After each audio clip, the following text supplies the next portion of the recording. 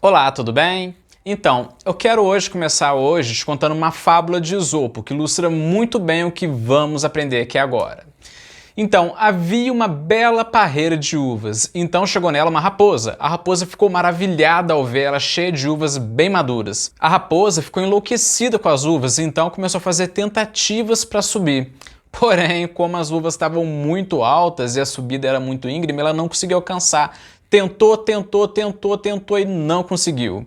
Então a raposa disse: essas uvas estão muito azedas e podem até manchar os meus dentes. Eu não vou comer, pois eu não gosto delas assim tão verdes. Então assim que a raposa falou isso, ela foi embora. Pois é, hoje nós vamos falar desse fenômeno que ocorre com todos nós, que é a racionalização, que gera um auto-engano. Como ocorre a racionalização? Por que ocorre? Como identificar ele na gente e evitar cair nessa armadilha? Eis a questão. Em resumo, a racionalização é o uso de argumentos fracos, porém plausíveis, para justificar algo que temos dificuldade em aceitar. É aquele típico não é tão ruim assim aceitar. O que aconteceu foi uma bênção disfarçada. E de fato às vezes é, mas é um mecanismo de defesa da gente. O conceito de mecanismo de defesa apareceu com Freud e com a sua filha Anna Freud, que aprimorou essas ideias, sendo que esse mecanismo de defesa age em nível inconsciente para nos proteger do desconforto ou da angústia, sendo a racionalização um desses mecanismos. Vou te dar aqui agora alguns exemplos para você entender. Por exemplo, quando você sofre uma rejeição da sua paixonite, mas tal rejeição te causou muita dor, aí você inconscientemente começa a digerir isso, botando alguns defeitos nela. Você vai no Facebook dela, chora as pitangas, vê uma selfie dela e ainda pensa, ah lá os dentinhos tortos dela. Até que ela não é tão boa assim como eu imaginava. Aí mais tarde você descobre que ela tá namorando outra pessoa que aparentemente é melhor do que você em tudo. Aí você pensa, af, sou mais eu, ainda bem que não começamos o namoro. Tá achando que eu não sei? Eu tô aqui, mas eu tô te vendo. Eu sei de tudo que você faz às escondidas. Tá achando que eu não sei que você criou uma justificativa plausível para algo difícil de você aceitar para tornar sua realidade mais suave? Sendo semelhante à desculpa das uvas azedas que a raposa criou. Outro exemplo, uma moça foi fazer uma entrevista de emprego e foi rejeitada. Nisso ela justifica a ela mesma afirmando que foi rejeitada por inveja da entrevistadora, porque a entrevistadora se achou feia perto dela. E ela pensa, ainda bem que não passei. Imagina o inferno trabalhar com gente assim invejosa igual ela. Ou seja, ela reduziu o desconforto da reprovação arrumando alguma justificativa racional. Agora um exemplo famoso de racionalização, que foi muito bem narrado por Carl Sagan no livro Mundo Assombrado pelos Demônios. Então, tinha uma seita religiosa que era bem fanática. A seita profetizou que o mundo seria destruído devido aos pecados. E tal apocalipse ocorreria em uma data específica que somente a fé deles para poder arrebatar eles desse caos. Até que chegou nesse dia do juízo final e a seita se reuniu para a salvação deles. E todo mundo dessa seita ficou esperando ansiosamente para serem salvos. Até que deu a hora do juízo final e nada aconteceu. Eles pensaram, vamos esperar mais um pouco. E nada. O tempo passava e nada. Então a líder da seita, entre aspas, teve uma comunicação com o ser divino.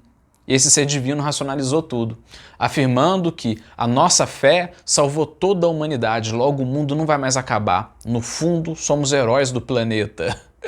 Olha que engraçada a racionalização, faz com que as pessoas justifiquem algo de forma plausível para não afetar a autoimagem delas. Não seria mais fácil a moça rejeitada na entrevista aceitar que ela não passou porque ela teve uma má apresentação pessoal e que foi para a entrevista despreparada e aprender com isso? Não seria mais fácil você ter aceitado a sua rejeição pela sua paixonite, aceitando que simplesmente ela não tem interesse em você? Ou até mesmo você usar essa dor da sua rejeição para você se autodesenvolver, cuidando do seu jardim para atrair as borboletas até ele. Não, não é mesmo? Não, pois é um processo inconsciente que quem é de fora vê, mas quem é de dentro não vê. Eu vejo a sua racionalização, mas eu não vejo a minha. Esse é o problema.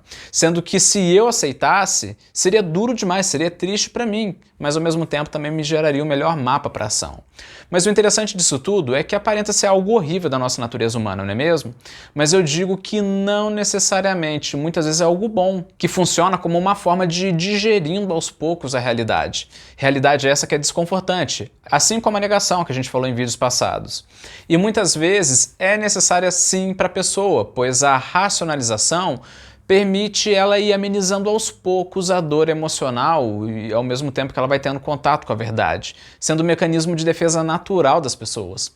O problema é quando ocorre de forma prejudicial à pessoa, impedindo ela de avançar na vida pessoal dela, ao ponto dela precisar reconhecer os erros do passado para corrigir a vida dela no presente, aceitando a verdade. Às vezes um terapeuta é uma mão na roda para ajudar nisso. Aliás, muitas vezes só o terapeuta mesmo para ajudar. Pois o terapeuta capacitado, lembrando que eu não sou terapeuta, ele pode oferecer formas eficientes de enfrentamento para a pessoa, para ela poder seguir a vida dela em frente. Mas em caso em que não necessita de terapeuta, como você pode lidar melhor com a racionalização para que você possa se conhecer melhor e agir conforme tem que agir com base na realidade, hein? Como você acha que pode fazer? Em primeiro lugar, você deve reconhecer que isso faz parte da nossa condição humana, acontece com todo mundo, até mesmo comigo, e com certeza vai acontecer também com você. Aceita isso, que dói menos. E também não tenha vergonha disso, não se autocondene por isso, não sinta culpa por isso, e sim, ao invés disso, veja isso de forma natural, e que muitas vezes só o tempo mesmo para consertar o desconforto. Pois, como falamos, isso age de forma inconsciente, sem a gente notar, sendo que só a humildade, através da aceitação, é que podemos combater isso, mostrando pra gente que somos imperfeitos e somos errantes. Pois a própria racionalização, ela se blinda pela inconsciência, ao ponto da gente não enxergar ela. Mas quando a gente adquire o hábito de reconhecer a nossa condição humana, muitas vezes ela fica sem lugar para se esconder. Para ela fica como brincar de pique-esconde em um deserto plano, em que de longe dá para a gente ver ela tentando se esconder e ela não conseguindo. Em segundo lugar, reconhecer os dois tipos de racionalização. As duas formas que ela assume, a das uvas azedas e a do limão doce. Eu vou explicar. A das uvas azedas se trata de você dar uma explicação para evitar as informações difíceis. Já o limão doce se trata de você arrumar uma explicação mais palatável. Vamos ver exemplos aqui. Nas uvas azedas, que se trata de você dar uma explicação para evitar as informações difíceis. Por exemplo, a minha paixonite me recusou porque ela não tem bom gosto. Ainda bem. Igual ao que a raposa fez na parábola das uvas. Por isso, inclusive, que recebe esse nome, das uvas azedas. Em que a raposa falou, as uvas estão verdes e azedas. Não quero. Sendo que, na verdade, o motivo dela ter dito isso é que ela não alcançava as uvas. O que para ela foi uma vergonha. Já agora no limão doce, se trata de você arrumar uma explicação mais palatável. Por exemplo, minha paixonite me rejeitou, mas vai ver, essa rejeição é uma bênção disfarçada. Então, a questão aqui é que muitas vezes, reconhecendo o seu auto-engano, a sua justificativa, vendo se ela se encaixa mais em uma suposta uva azeda ou em um limão doce, para esconder de você mesmo a verdade. E você pode também empregar as mesmas táticas que empregamos na negação. Vamos lembrar aqui quais são. Você nota que você se recusa a falar sobre o problema, pois falar sobre o problema pode ser como abrir uma ferida que você não quer ver. E caso alguém toque no assunto com você, você fica na defensiva, como por exemplo culpando alguém em alguma circunstância, falando que não é um grande problema, às vezes até mesmo ficando nervoso, ficando bravo com a pessoa e também acontece de você evitar pensar no problema, pois você tem medo de enfrentar, você fica procrastinando uma solução para ele, pois você tá com medo de ver a verdade, às vezes até promete a você mesmo que vai resolver isso no futuro. Como falamos aqui também, você encontra maneiras de justificar o seu comportamento, tentando racionalizar ele, tentando entortar o gol para ver se a bola entra, colocando uma maquiagem no problema, mas que na verdade está sendo como você colocar chantilly em um bolo de lama. E outra característica também é quando envolve algo que você fez ou participou, mas que teve um resultado desconfortável. Você culpa outras pessoas ou forças externas por causa do problema, para você não ver que você fez aquilo e ter que lidar com aquilo. E também acontece você persistir em um comportamento apesar das consequências negativas. Por exemplo, a gente vê muito isso nos debates, quando um dos lados é refutado, e ao mesmo tempo que é refutado, ele dobra as apostas no argumento falacioso. Então, encerrando aqui, eu quero encerrar o vídeo lembrando novamente de algo muito importante e que eu não canso de bater nessa tecla. O fato de que estamos falando da nossa natureza humana, todos nós temos, então não precisa ficar envergonhado ou envergonhada de assumir isso para você mesmo, pois a arma do autoconhecimento é a autoaceitação, e que em se falando de vida interior, você só pode mudar algo caso você aceite aquilo.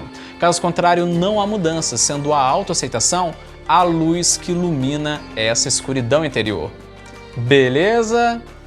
Pense nisso.